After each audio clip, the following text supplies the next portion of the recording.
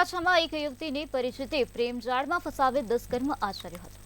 જોકે યુવતી પીછો છોડાવવા તાંત્રિક પાસે ગઈ હતી ત્યારે તાંત્રિકે 2.50 લાખ રૂપિયા પડાવી લીધા હતા.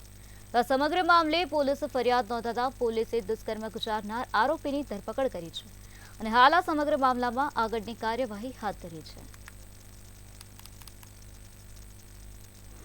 સુરતના મોટા વરાછામાં નોકરીની લાલચ આપી અને યુવતી સાથે દુષ્કર્મ આચરાયું છે.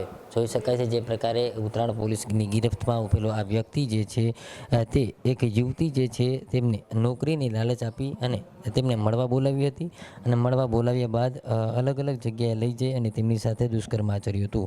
મહત્વનું કહી શકાય કે જે પ્રકારે આ સમગ્ર ઘટના જે ફરિયાદ ઉઠી છે તે ફરિયાદને લઈને ઉત્તરાયણ પોલીસે તે દુષ્કર્મ આચરનાર જે વ્યક્તિ છે તેમની ધરપકડ કરી છે.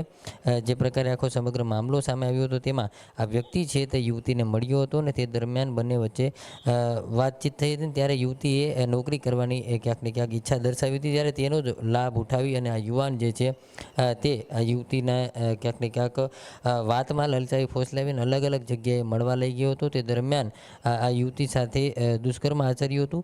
સાથે સાથે કહી શકાય કે જે પ્રકારે આ સમગ્ર મામલે યુવતી જે છે તેમણે ક્યાંક ને ક્યાંક દુષ્કર્મની ફરિયાદ નોંધાવી છે. તો બીજી તરફ આ યુવતી જે છે ત્યાં યુવાનના ચુંગાલમાંથી બચવા માટે થઈને એક તાંત્રિક પાસે પણ ગઈ હતી. જો કે આ તાંત્રિકે પણ યુવતીને વાતચીત હેતુલક્ષી વાતચીત કરીને તેમની પાસેથી 2.53 લાખ રૂપિયા જેટલા પડાવી લીધા હતા. જો કે આ સમગ્ર મામલે યુવતી જે છે તેને ઉત્તરાયણ પોલીસ મથકમાં જે યુવક છે દુષ્કર્મ આચરનાર તે તેમની બહેન અને તેમનો ભાઈ જે છે તેમજ તાંત્રિક આ 4 વિરુદ્ધ છે તે ફરિયાદ નોંધાવી છે. હાલ ઉત્તરાયણ પોલીસે આ દુષ્કર્મ આચરનાર જે આ વ્યક્તિ છે તેમની ધરપકડ કરી છે અને કાયદેસરની કામગીરી હાથ ધરી છે. કેમેરામેન કેસી વગાસી સાથે દિવ્યેશ પરમાર, મંતવ્ય ન્યૂઝ, સુરત.